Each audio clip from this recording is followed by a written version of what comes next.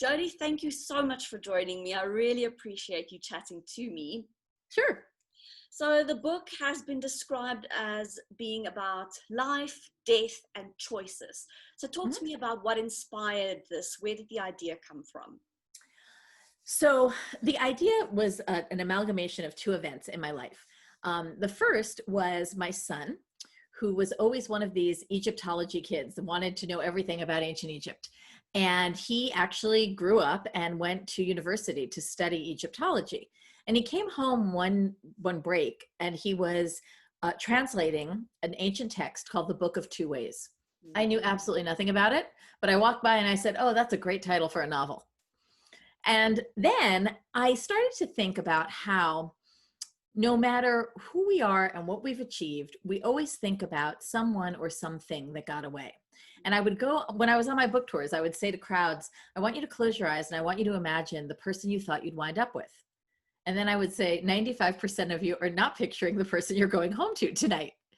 And I think that's fascinating that as humans, we're always wondering about that what if. And I decided to put those two things together. Now, I didn't know anything about the Book of Two Ways as an ancient Egyptian text when I first started to think about this idea, but I did learn and I began to craft a story that somehow would parallel it. The real Book of Two Ways in ancient Egypt is something, a funerary text that was found on the coffins of nobles in the Middle Kingdom in Egypt. And the reason it's famous is because it's the first map we have of the afterlife. It was usually found on the bottom of the coffin under the mummy, and there were two paths, a blue one and a black one. One was water and one was land. And as long as you had the right knowledge from all the spells that were written in hieroglyphs in your coffin, you could take either one of those paths and wind up in the same place, which was the field of offerings or the ancient Egyptian version of heaven. And I thought, how interesting to create a story where you see two different paths, but the main character winds up where she's supposed to wind up no matter what.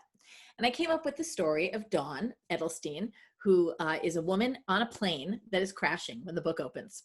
And like many other people having a near-death experience, her life flashes before her eyes. But instead of seeing her husband and her daughter and her work as a death doula in Boston, she thinks back to 15 years ago when she was an Egyptology grad student and she was in love with another grad student back there in Egypt named Wyatt. And when the plane lands safely, she's kind of caught at a crossroads.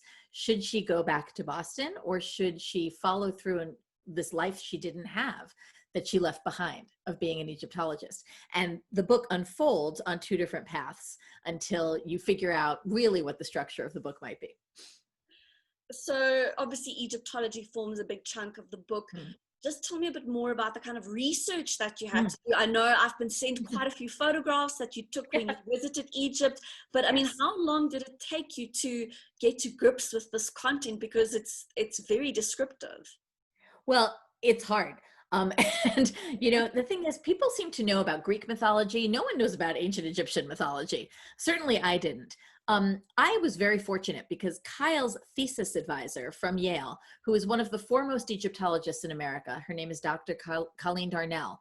She and I met up again at Kyle's wedding years later. And I said, you know, Colleen, I still want to write this book. And she said, well, I'll take you.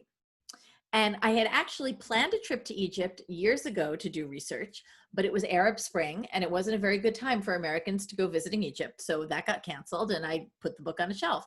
But when I reconnected with Colleen, we made a plan to go to Egypt together. And I got a very private, individualized tour of Egypt. So I got to see the fun things that tourists see, but I also got to see a lot of stuff that tourists never see. And in particular, we went to Middle Egypt, which is not on tourist itineraries because it has also been the site of some terrorism, but it's where all of the coffins with the Book of Two Ways were found. And it's where all the rock cut tombs are that Dawn and Wyatt in the book are excavating.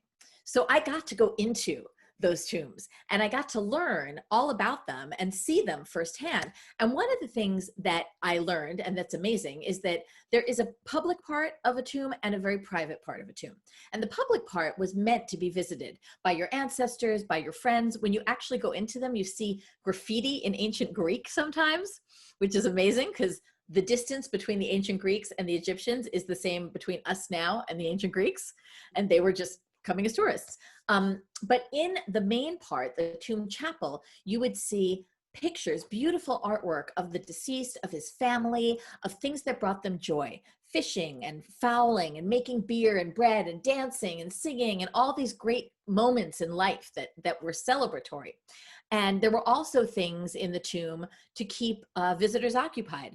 There were word puzzles in hieroglyphs so that you could sit there as if you were doing the New York Times crossword, and puzzle them out while you visited the deceased.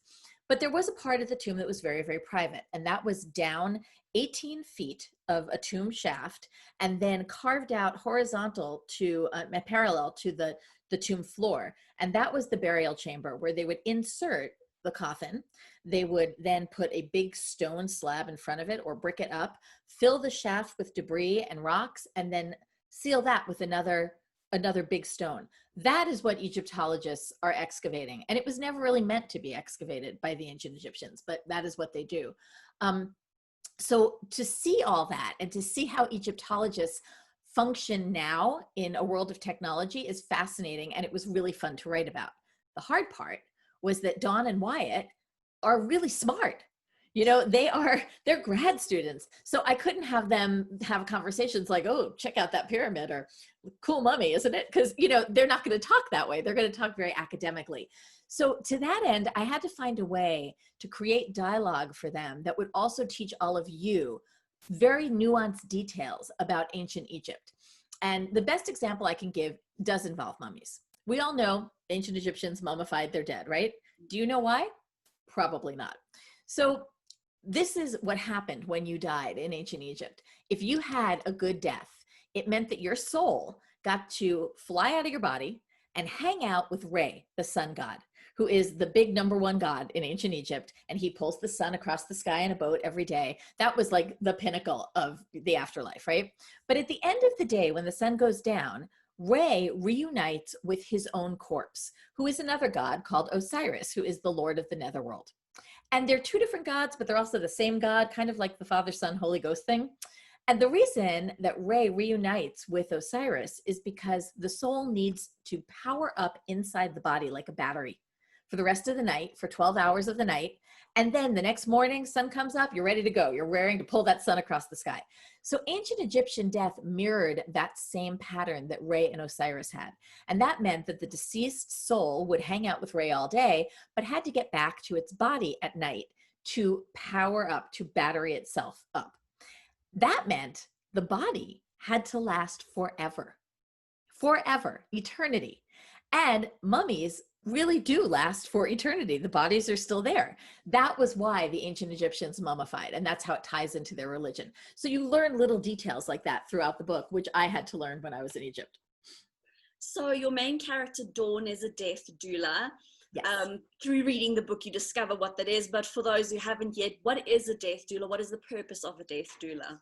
So many people who have not heard of a death doula have heard of a birth doula. And that's someone who helps usher a new life into the world. Well, a death doula does the opposite. It helps you leave this world. She or he helps you leave this world. Death doulas are sort of like hospice professionals in that they provide end-of-life care. But unlike a hospice team, which is usually a chaplain and a nurse and a social worker and a doctor, a death doula is one person and does everything that you want except for medical care. You will also have a medical team. It's a contract that's negotiated one-on-one with a client, and a death doula literally will do anything you need them to do at the end of your life. That can include helping you plan your funeral. You might want a green burial. You might want to be buried in a living forest. You might want to donate your body to science. It could be selling a car before you die. It could be closing your social media accounts after you die, organizing your finances, creating a legacy project that you could give to your descendants when you're gone. And if you want a death doula, they're holding your hand. At the minute that you die, they will be there for you to do that.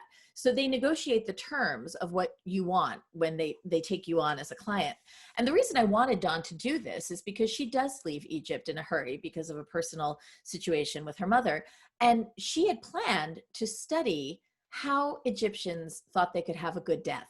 And it seemed like a perfect translation to me that in her other life, once she left behind Egypt, she would still somehow be connected to how we have a good death. And that is what death doulas do. They help you have a good death. Yeah. Dawn says that, or rather you write that, or Dawn asks her clients, what is left unfinished? What is left undone? What is it that you still need to do before you go? So I'm going to be a bit sneaky and ask a personal question, which you're welcome not to answer. But what is it that you feel is left unfinished for you? Oh gosh. So, I mean, I have been very, very lucky and blessed in my career. I've worked my tail off to get here, but I've had a lot of good breaks and good fortune. And I'm very, very proud of what I've achieved in my writing. So in that sense, I feel that I've left behind works, even when I'm not here, that will be remembered. And I hope that what I'm remembered for is being able to look at both sides of a situation gracefully without inflicting on you an opinion. But I think there are definitely things that I want to do and want to see before I leave this planet. I have 2 very happily married children, but my 3rd just got engaged and I want to go to that wedding. I want grandchildren. And, so there are a lot of personal milestones I think that I would like to see still achieved. So you also write that having someone with you when you die should be a right and not just a privilege. Yes. And I found that so profound because right now we're living in a time where so many people cannot have someone with them when they die because of COVID-19. And I wanted to get your thoughts on that. There's nothing to me more tragic about this pandemic than that one thing that you mentioned, that people who are already scared by a disease that we don't know very much about have to die alone. I think it's terrible, honestly. And, one of the things that I learned when I was doing research with end-of-life professionals is what a privilege it is to spend time with someone who doesn't have a lot of time left. And what I learned is that these people they want to tell you their stories. They want you to remember them the way they were, not the way they are right now, frail or sick or in a hospital bed. They want to be remembered. They want their name to continue. And I think, one of the things about ancient Egyptology that I love is that a person was made up of multiple parts. And those parts included the body, the soul, sort of a generational soul, like almost like a legacy of family, and also your shadow and your name. Your name was part of you. And that's why if you scraped out the name of a king or a pharaoh that was no longer in power, you were obliterating them from the world.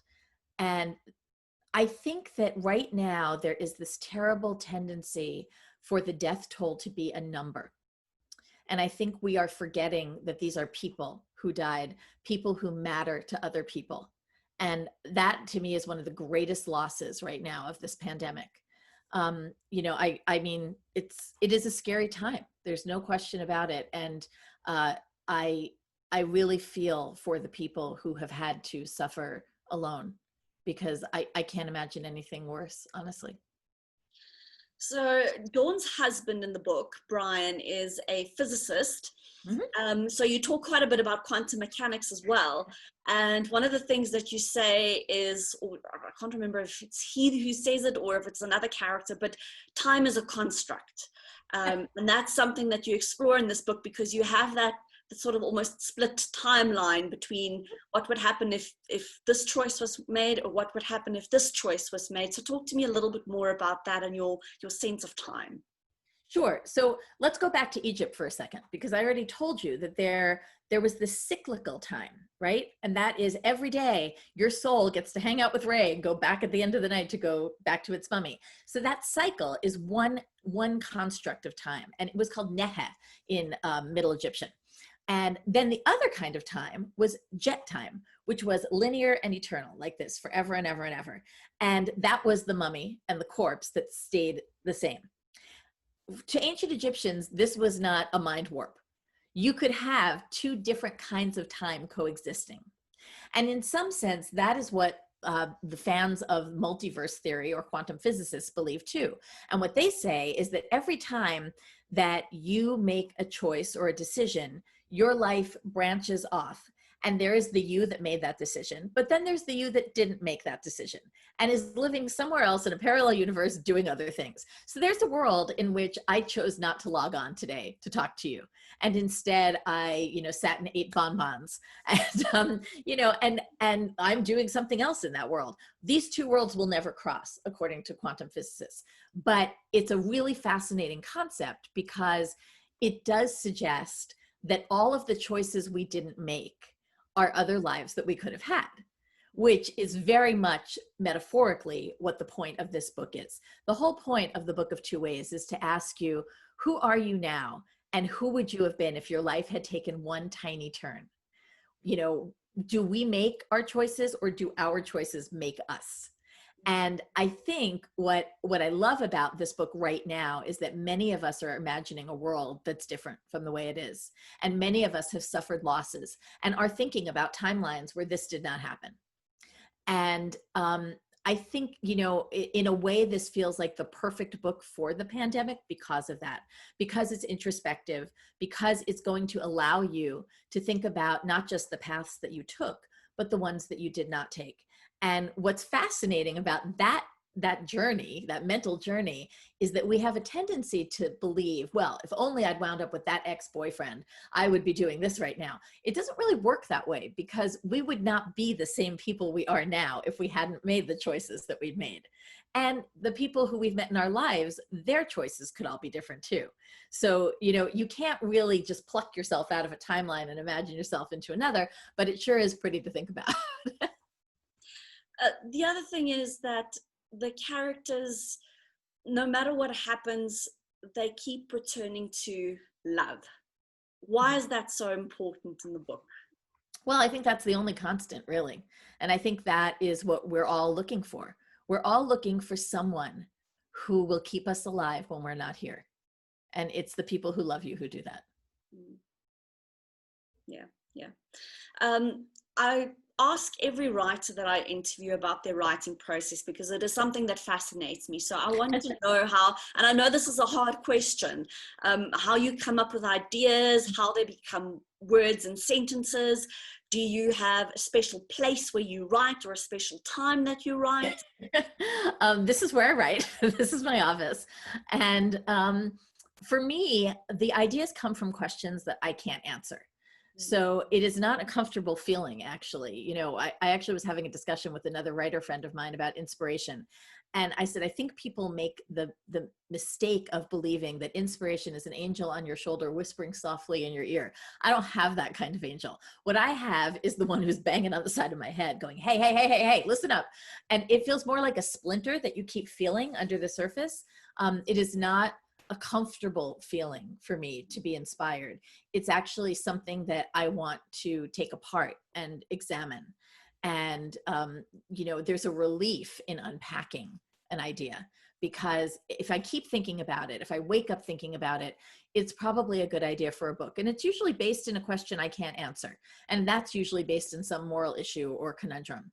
And, to that end, I usually will find myself mulling over it for several weeks. And if I still am thinking about it, characters evolve. They just pop up. I have never been able to explain how I create a character because I don't very much feel like I do. I hear them speak to me. I feel more like a medium than I do a creator. And in fact, this book is an excellent example. I did not know that Wyatt was British until I heard his voice in my head. And then I was like, well, okay, well, this changes things, So that happens a lot. And once the characters take the story away from me, that is when the actual details of the plot start falling into place. And at that point, I usually stop and I do months of research to figure out, what do I need to know to become an expert for my characters so that I can write with authority about them. And I will do everything from interviews to reading books to shadowing professionals who have this life till I have as much information as I feel like I need to start writing. And then when I actually write, I'm doing it up here And it's usually, I get up in the morning and I usually go either for a run or a hike, and come back to my desk, answer fan mail for a little while, pull up whatever I was working on the day before, edit my way through the document, and then just keep writing until about 4 o'clock. And I do it 5 days a week. So it's a job. Exactly like a job. Yeah. You're quite a prolific writer. Are you working on anything new, or are you taking a bit of a break? Interestingly, at the beginning of this pandemic, I couldn't do anything. I was very distracted. I couldn't even read. I've been a reader since I was 3. So to not even be able to focus on a page was very hard for me. And I broke my reading slump by reading romance novels. And I think it was because I needed a happy ending. I could not handle the news, so I needed a happy ending. So I actually felt the same way about writing. It was like I had totally forgotten how to create a story.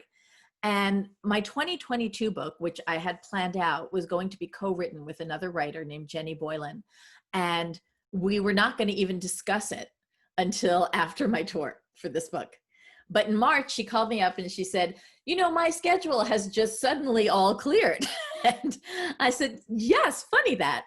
And so we met over Zoom and we crafted our plot and we started writing. And I didn't know how, remember? So I started by doing muscle memory. I started by doing research because I know how to do that. And I interviewed lawyers and I interviewed police officers and I went beekeeping. It's the only research I could do in person actually for this book, wearing a mask underneath my veil and staying 6 feet apart from the other beekeepers. And then once I remembered what that felt like, then I could start to write. And so ironically, Jenny and I actually finished a first draft before I began the tour for this book, which was never intended. It still will not come out until 2022 because of timing, but it's a book about what it means to be a woman. That's the hint I'll give. All right. Great. Thank you for the tidbit. Yes. Jodi, thank you so much for your time. I really appreciate you talking to me. It's a great honor to talk to you. And I'm a big lover of your books. And I really loved the Book of Two Ways. Thank you so much. Thanks for having me today.